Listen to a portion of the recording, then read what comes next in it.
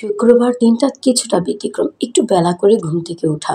আর বেলা করে ঘুম থেকে উঠতেই প্রকৃতির সান্নিধ্য। ১ম এ যেটা করি আমি একটু হাঁটাহাঁটি করি, পায়চারি করি। আমার বাগানটাকে দেখি, ছোট্ট বাগানটাকে পরিচর্যা করি।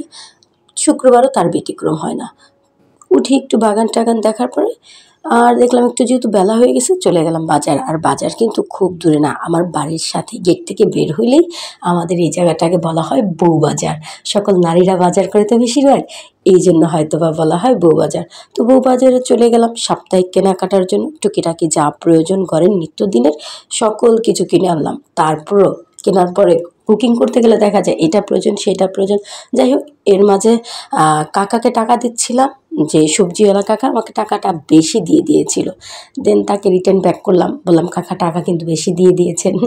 আর ওইটাই টাকা দেখাচ্ছিলাম। আর এই যে মানে গরু বানিয়ে দিল, যেটা আমি খুব শখ করে ডাঙ্গা শাক মনে করে কিনেছিলাম শুটকি দিয়ে রান্না করে খাওয়ার জন্য, কিন্তু তারা কী করলো, গরু বানিয়ে দিল শুক্রবারের দিন। মানে গরু বানানো এটা কি ঠিক হলো আমাকে?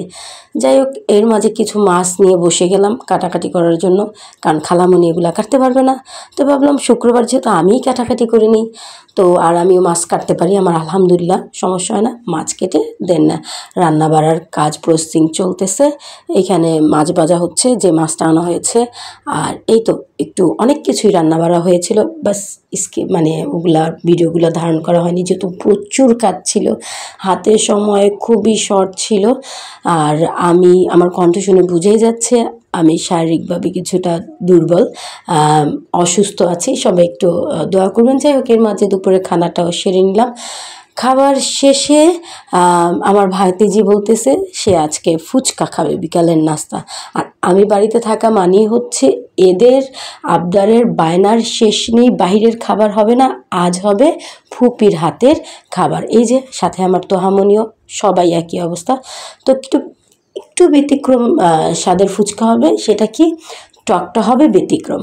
সেটা আমরা সবসময় তো টকটা আম বা তেঁতুল দিয়ে হয়, আর আজকে হবে অবশ্যই তবে তেঁতুল পাতা দিয়ে, কোনো তেঁতুল ব্যবহার হবে না। তো আমার ঘরের সাথেই তেঁতুল গাছ, তো উঠে বাতিজিকে বললাম পারো, বেচারি পারতে পারতেছিল না, তাই আমাকে বাদর হয়ে উঠে যেতে হলো উপরে। তো কি আর করার, ওকে হেল্প করার জন্য উপরে উঠে গেলাম।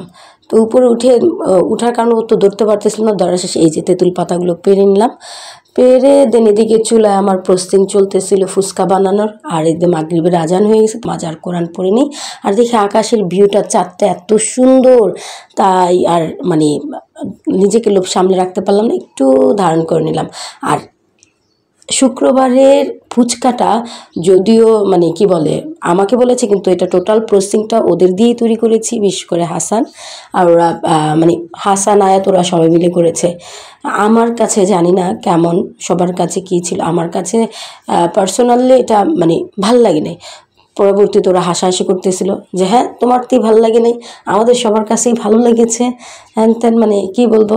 যাই হোক, এর মাঝে আমার স্টুডেন্টও ছিল, ওকে বললাম ঠিক আছে আমার ভালো লাগতেছে না, তুমি খেয়ে বলো তো।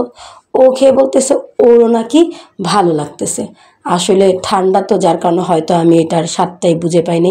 মানে এতটাই ঠান্ডা যে আমার বুকে কফ বসে গেছে। তরল হওয়ার জন্য নেবুলাইজারও ইউজ করতেছি, মানে অনেক কিছুই করতেছি, সুস্থ হচ্ছি না। সবাই আমার জন্য দোয়া করবে আর অবশ্যই পাশে থাকবে।